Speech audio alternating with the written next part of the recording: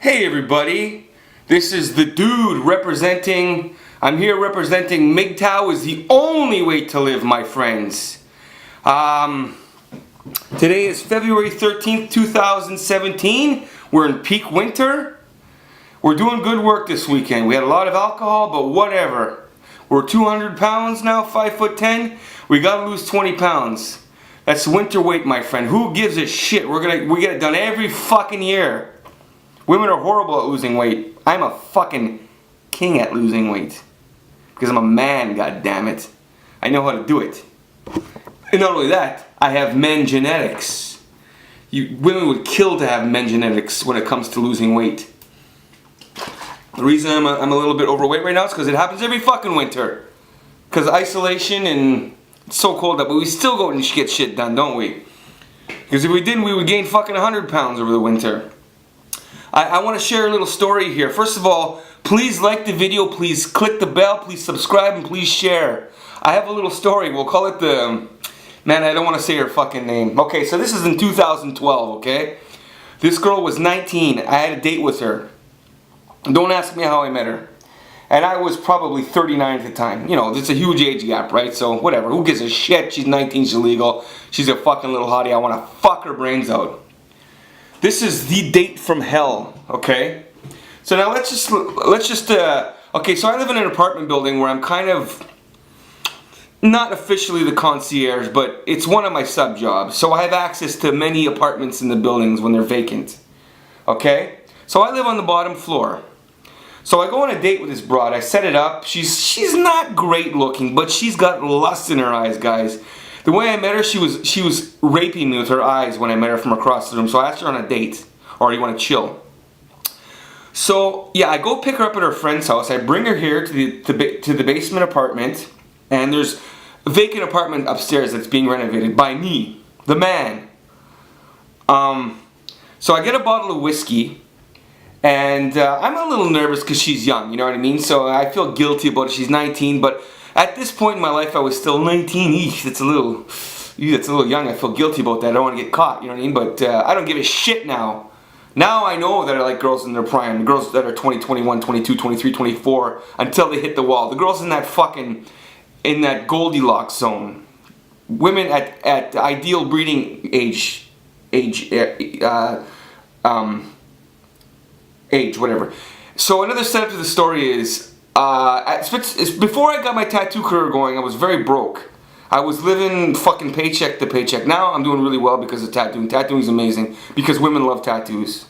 But that's a whole other subject. So during the time my finances were fucked, so my car was a shit box, and my license was probably not even paid at the time. My registration probably wasn't even paid, and I probably didn't even have insurance on my car. But I still drove because I'm fucking stupid. I behave stupid. I'm not stupid, I'm a man. But it was a stupid thing to do, but I did it I've done that my whole life. So anyways, but I'm driving, so I'm a really paranoid driver. So I pick her up. So yeah, I'm a really paranoid driver. So this girl's 19, 5'1", 2, 130, 40 pounds. She's not a fucking little butterball, but she looks a lot better with clothes on, I can tell you that. And by the way, okay, this date was fun, but it was also a nightmare. Oh yeah, God, I'm just remembering this fucking story, man. I just turned on the camera impromptu. So I get her over to my place, and we're having drinks, and I had a brand new computer at the time. It cost me $1,300. And I had it on the ground, and it was hooked up to the TV. And there's a reason I'm telling you that. So anyways, we started playing. She loved Journey. She loved Steve Perry. So I remember during the date, it was really, this is fucked, guys. So, you know, music's supposed to be in the background on a date, right? And I'm a good talker. I'm a hell of a good talker. So I remember that during the journey, she was in control of the playlist. She was on YouTube. She put "Say Don't Stop Believing" on, and she'd be singing it. And then I try to engage conversation, and I don't know what the linear timeline of this, but anyways, at one point, you got to keep in mind, this is the first fucking date. I tried to talk to her during a Journey song. It was just her and I in the apartment. Candlelight, everything, romantic, a whiskey. She actually shushed me. Okay, guys? She shushed me. and it got uncomfortably silent after that. Hold on, I got my cat in. I mean, you don't shush a man in his own house. She actually shushed me, guys. And so, that basically ruined the mood. So basically, I don't know, whatever. Anyways, at one point she started getting more and more drunk, and she had a drink, and she dropped the glass, and it spilled all over on the floor, and it splashed my new computer. I was really annoyed by that. And she didn't even pick it up. I had to pick it up. She didn't even like suggest, oh sorry, I'm gonna pick that up. It was just like, whatever. It was unbelievable, guys. And at one point, this little fat ass gave me a lap dance on my couch. I'd never had a lap dance in my own apartment. That was fun. And then at one point, she took me into the bathroom, and she told me to take off all my clothes. So I'm sitting, I take off all my clothes, I'm there naked. I'm feeling very awkward because she's all her clothes and I'm sitting there naked with my cock hanging out. It was really weird. We started making out and stuff like that, and hold on. Fuck, leave me alone, cat. Jesus Christ, this fucking cat, guys. He's what? Anyways, the date, there was some fun components about the date, okay? You know, I remember making out with her a few times, and she told me she liked it up the ass and stuff. Anyways, but the shushing thing really irritated me. Okay, so at one point, and then I don't know, maybe this is when I was turned off. I had, get away from me, cat. I said, I'm gonna take you home now, because the mood was ruined or something like that. Leave me alone, you fucking cat. Ah, fuck, he's ruining everything. He's ruining my story. Get out. Sorry guys, hold on. Sorry, I had to put him outside. So anyways, this date there was fun components to it and everything, but she started, oh yeah, this is what really turned me off, okay? I go to the bathroom or something, I come back to the kitchen, she's standing there in the kitchen crying. She's fucking crying. And I'm like, yeah, this is what sealed it. She's fucking crying, and I say, what's wrong? And she says, I don't want to talk about it. I'm like, what? And she's crying over her ex-boyfriend, and what a turnoff that was. What a fucking turnoff. I said, you know what? I'm going to take you home now. And it was about midnight or some shit like that. Oh, and also, yeah, this is one of the reasons why I wanted to go home as well. First of all, that completely turned me off, and I felt diarrhea brewing in my stomach. I felt it brewing in my stomach. And I said to her, and yeah, this is integral to the story. I don't really want to, I know it's disgusting, but, so, I say, look, wait here, and there was a 26 ounce bottle of whiskey on the table. I drank maybe an ounce or two, she drank maybe an ounce or two at this point. So I say, look, I gotta go upstairs to take care of something in one of the apartments upstairs. I'll be back in a second. But the reason why I wanted to go upstairs is because I had to shit my fucking ass off. I had a load of shit diarrhea in my fucking bowels that was coming, and there was no holding it in. So I went upstairs, I excused myself, I go upstairs, and I fucking go up to the vacant apartment, and I explode in that fucking toilet, guys. I explode. I couldn't do that in my apartment, obviously. It would have smelt, and she would have completely turned it off. So I come back about 5 minutes later, I compose myself, and what a relief that was. But whatever, I know it's disgusting, but it's integral to the story. So, with the 5-minute time gap, I come downstairs to see what's up with her, okay, I'm back, okay, all right, get your shoes on, we're gonna go. So, I come in the apartment, and I don't know what she was doing at the time, but at some point within this minute, I look at the table, I look on the table of a whiskey bottle, she drank the whole fucking bottle of whiskey. And her behavior is really starting to get loopy. And I'm like, first of all, if I drank a bottle of whiskey, that would kill me. Like in one shot, that would kill me. I'd be dead. So I'm in my mind, I'm like, I'm starting to panic. Oh my god, I gotta get this bitch home and out of my apartment before she gets really drunk and starts really behaving weird. Or I just gotta get her, I don't want to deal with this. So, and she's really, really cold to me now. I know, guys, I was the perfect gentleman to this girl. I was a complete simp mangina. That was probably the problem. So let me shut the camera off because it's gonna stop. Okay, so here I'm back. So as we're walking, this is the dead of winter, by the way. This is December, so it's really cold and slushy out. Yeah, that's another fucking thing, guys. She was a complete loser. She had no money for cigarettes. And at one point during the date, she had one cigarette left. And she smoked it. And all she did was complain about she needed cigarettes for she needed cigarettes, and I'm like, oh, Jesus Christ, why didn't you show up prepared, you dumb bitch? In my mind, obviously, I'm thinking this. And all she did was complain about cigarettes. And at one point, she said, can you drive me to get some cigarettes? And I said, look, I can't drive, I'm drunk, I've been drinking, or whatever, and I was drunk. You know, I had a few beers in me, I don't want to drive, you know, I had a few drinks in me, so. And this fucking selfish bitch wanted me to go out and fucking, with booze me, go get her cigarettes. And at one point, so then she wants to walk to the corner store to get some, to the 7-Eleven to get some cigarettes. And this is like a kilometer away, and it's slush outside. Pure slush. There's no way in fuck I'm walking through slush to get you cigarettes. That's another thing that completely turned me off. She kept going on about these fucking cigarettes. And watching her smoke was disgusting, by the way. Yeah, she had a few cigarettes through the night. That's all coming back to me now. And watching her disgust, she had a, oh god, she was like one of these ginger bitches. So, she smoked really horrible. Watching her smoke was gross, okay? Normally, girls kind of maybe sometimes maybe sexy watching them smoke. This girl is the complete opposite. So, I come down and the whole bottle's gone, and I got to get her out of my apartment. So we leave the apartment, and we go up with stairs and we go to the door, and she's really pissed off now. And I remember at one point she sort of like, I opened the door for her. She just like sort of like, you know, like she shrugged her arm like, don't touch me type thing, right? You know, I sort of guided her out, put my hand on her back, whatever, guided her out, and she pushed my hand away. Like she's all mad all of a sudden now. And guys, like I said, I gotta tell you, man, I was a complete gentleman to this girl, like to the point of simp mangina. Okay, so I open the door for her. I get her in the car, and I start the car up. And then as I'm starting the car up, she says, I know this didn't happen. She needs cigarettes. Yes, she needs cigarettes. She's going on and on about the cigarettes. So I drive. She's dead quiet. So I leave the parking lot, drive up to the depot, drive up to the corner store, which is a kilometer away. I get her cigarettes on my own dime. She's still pissed off, guys. Okay, she just takes the cigarettes from me.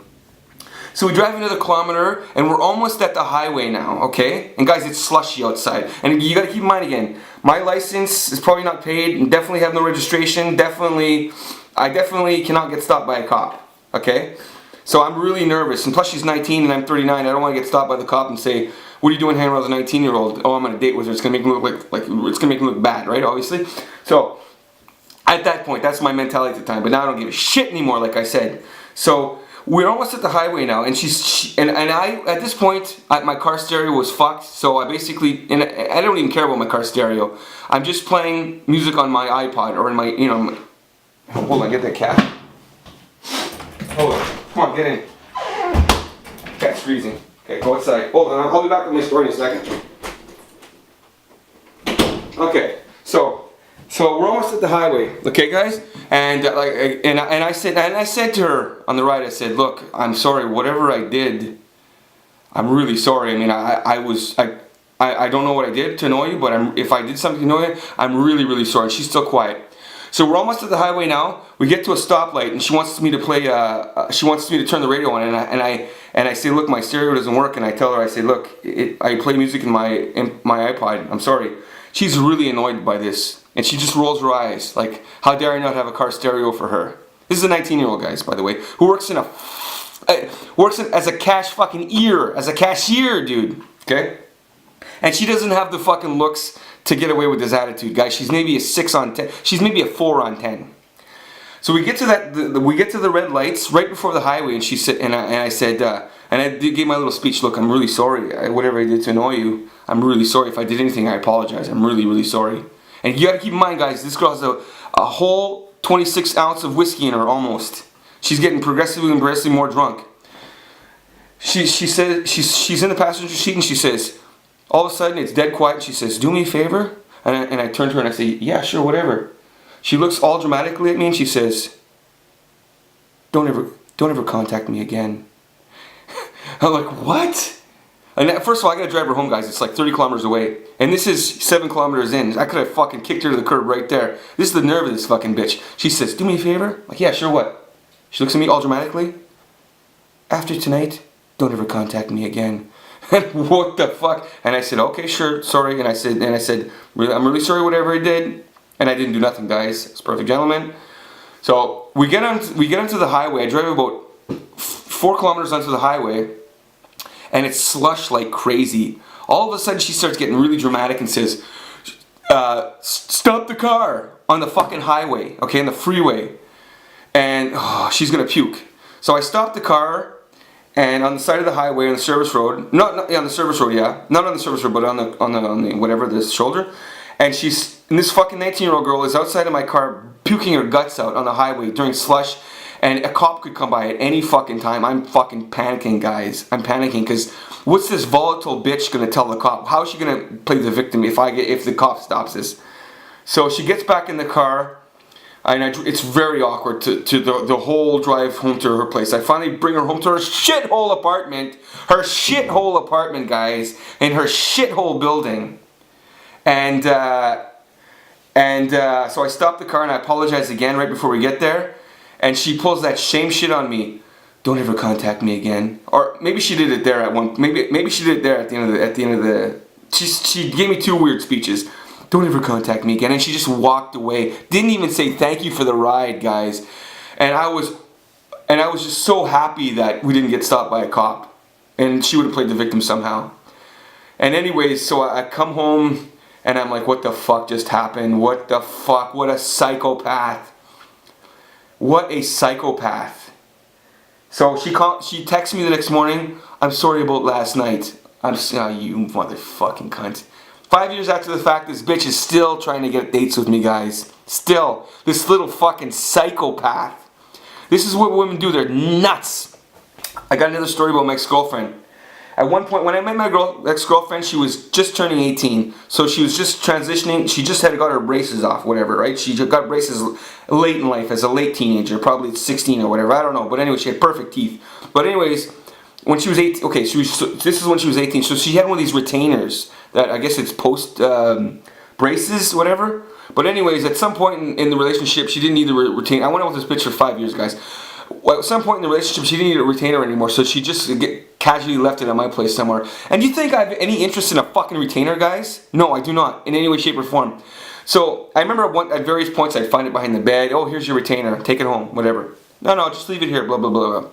One time when we broke up, guys, she wanted her retainer back, and I said, okay, I'll look for it. I can't find it. She went insane. Okay, she had no use for this retainer anymore, by the way.